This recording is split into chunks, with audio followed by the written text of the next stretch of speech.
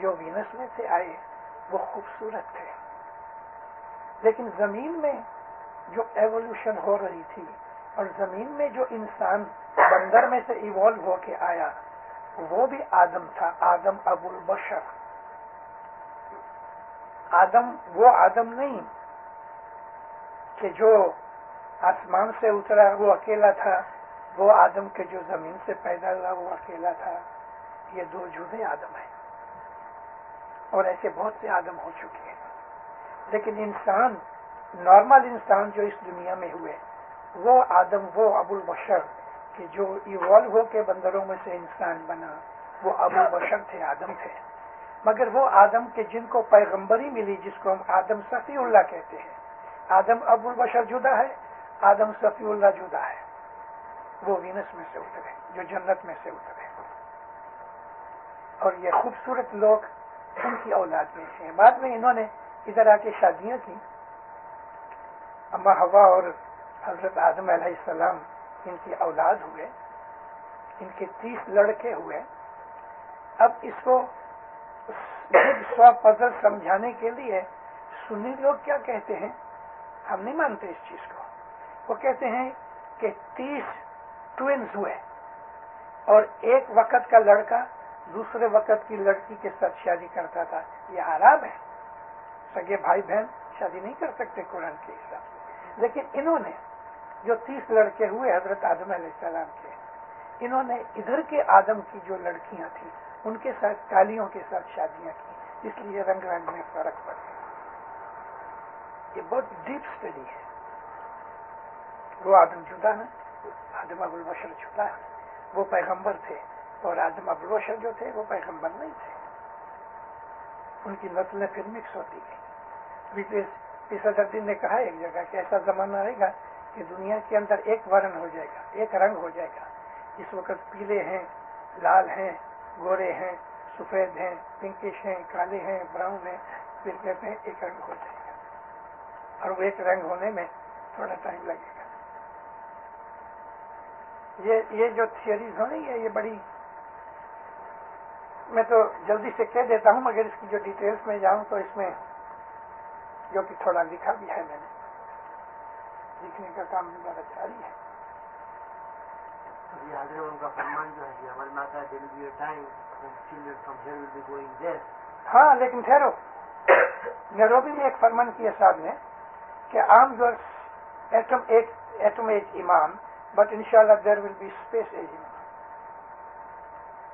اور ہونے والا ہے اس دنیا میں۔ جیسا کہ میں نے ابھی کہا، آہستہ آہستہ سورج کی طرف جا رہی ہے، اور پیروں نے کہا ہے کہ اس دنیا کو آگ لگے گی، ساری دنیا، پانی، پتھر، یہ سب آگ بن جائیں گے، پانی اڑ جائے گا، پتھر جو ہیں پگھل جائیں گے، اور یہ زمین آہستہ آہستہ سورج کھا جائے گا، اور آخر میں جو ادھر ہوں گے اس وقت امام ہوگا۔ سورہ نشر فرمایا اگر دنیا میں 2 آدمی رہیں گے تو اس میں ایک امام ہوگا۔ تو اس زمانے کے اندر اسپیس شپ لے کے مارس میں جائیں گے، اور مارس تیار ہو رہا ہے، مارس تیار ہو رہا ہے۔ ابھی دیکھو میں ایگزامپل دیتا ہوں، پھر جنان میں کہتے ہیں کہ جی واشنگ ناگا بیاشا زمین آسمان دا کڑا سوا ہاتھ پوچھل کھاوے رکھ لیں کائماں بیاشا کل دے جو لیو چھی۔ یہ گنان ہے، گنان کا پہلا پارٹ ہے کیا نہ پیا بیاشا، کیا نہ پیا یعنی میں نے کہا مگر تم نے اس کو پایا نہیں، سمجھے نہیں۔ تو پھر کہتے ہیں کہ زمین آسمان دا کڑا، کڑا مینز اے رنگ، تو یہ ایک واشنگ ناگ ہے، امیجنری ناگ ہے، وہ ایسا راؤنڈ کر کے اپنی پونچھ کو اپنے منہ میں کھا رہا ہے۔ پھر کہتے ہیں کہ سوا ہاتھ 22.5 انچ ہر روز اپنی پونچھ کھاتا ہے۔ تو مطلب یہ کہ یہ کڑا چھوٹا ہو رہا ہے۔ یہ کڑا کیا ہے؟ ہماری زمین سورج کے ارد گرد گھوم رہی ہے، یہ کڑا ہے، سرکل ہے۔ یہ